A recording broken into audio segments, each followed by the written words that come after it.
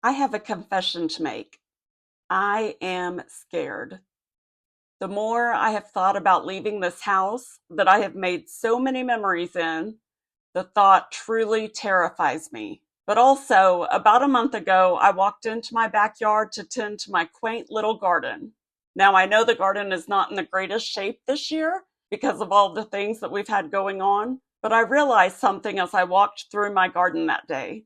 For years, I have dreamed of bigger spaces to be able to plant all the things and do better crop rotation and be able to plant larger quantities so that I can do more canning and just all of those things. But suddenly that day it all hit me. The larger space means a lot more work.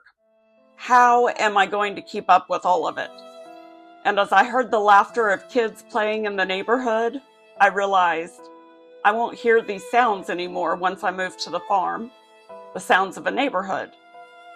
And I got really sad about that. But then I remembered, I'm not doing this alone. Art will be there with me. He'll be helping with garden chores. And I may not hear the sounds of my neighbors and children playing, but I will hear the sounds of cows and roosters and my grandchildren playing.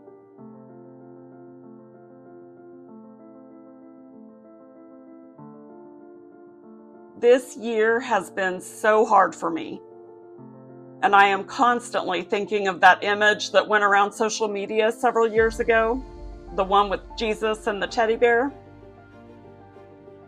I know the Lord has told me I need to let go to move forward. He has prepared a bright future for me, but I'm still clinging to what I know, the house I know, the city I've lived my entire life in.